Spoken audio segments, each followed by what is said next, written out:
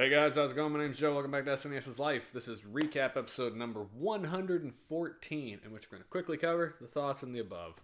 Let's just get this bad boy started. Ren and Stimpy Buckaroos.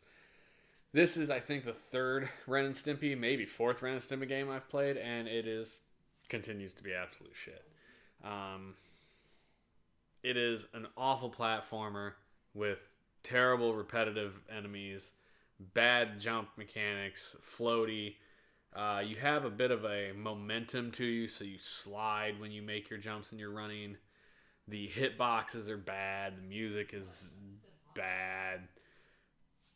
It's bad. Everything about every Ren and Stimpy game is bad. I played one, I think, that was what I would consider to be playable, and it was still bad. So don't play it. It's trash. They were all trash. They were all money grabs at a time when everyone wanted the gross out animation and the wittiness of adult humor in a kid's cartoon. So they made money, but they were just awful games. Hard thumbs down. Next up, Stargate, based on the movie Stargate. You go to the desert planet with the Egyptian Anubis god, and this was actually a functional action platformer. You get a gun.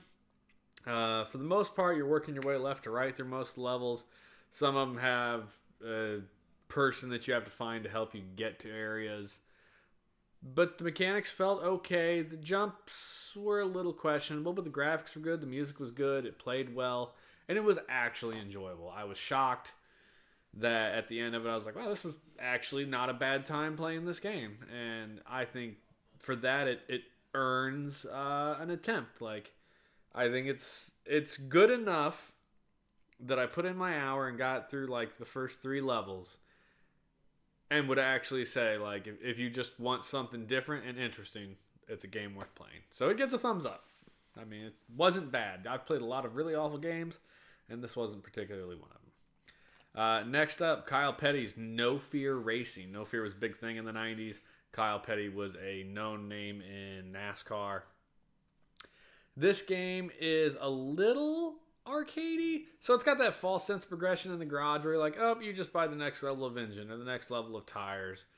It's not crazy like those Formula One games where it's like, what degree of angle do you want your spoilers at, or how much tire pressure do you want? And you actually have nitro boosts in this one that you can buy. It feels a little bit like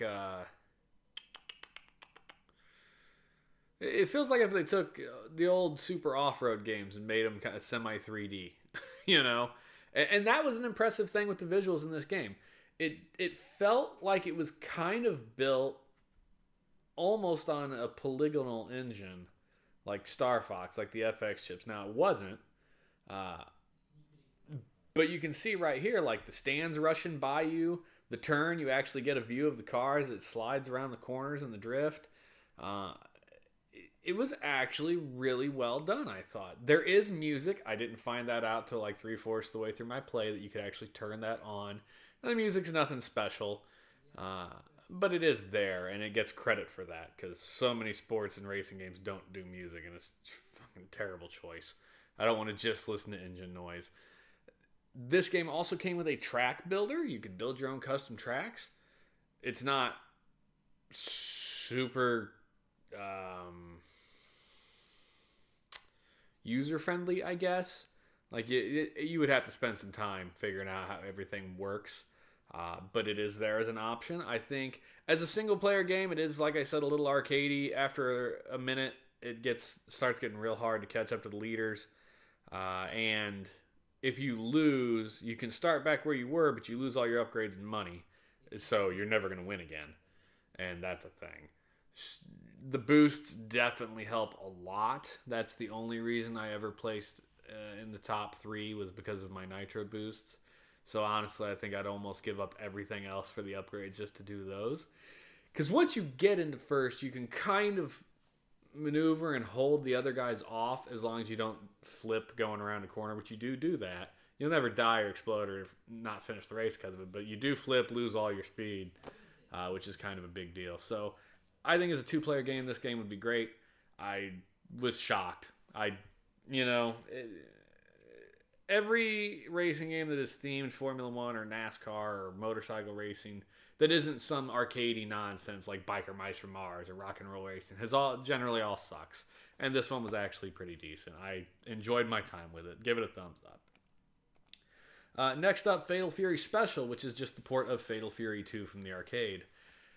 The Fatal Fury games are fine. There's absolutely nothing wrong with them. They look nice. There's nice backgrounds. That plays well. It's got that fun, like, foreground, background fighting planes that you can switch back and forth to add a little bit of a strategic element to the moves and things like that. The music is decent. The fighting feels okay. It's just not Street Fighter 2. And that's really where it is. Like, if I want to play a fighting game on the Super Nintendo from that era, I'm going to pick Street Fighter 2. That's a personal preference. I know a lot of people like Fatal Fury. The biggest issue Fatal Fury has is they got a little crazy with the special moves. So, like, you have the basic, like, Hadouken from Street Fighter, you know, the down, right punch. And then you've got the reverse of that. And then you've got the half circle in that. But then there's ones where it's like forward, and then you go like the half moon, and then you come back down to the like down left, and then you go right. And to get that input to read on a D-pad without it reading any of the other controls from down to right is really, really... And a bunch of the characters have moves like that, so they're really hard to get to work. But also, the Fatal Fury games are very, very hard in single player.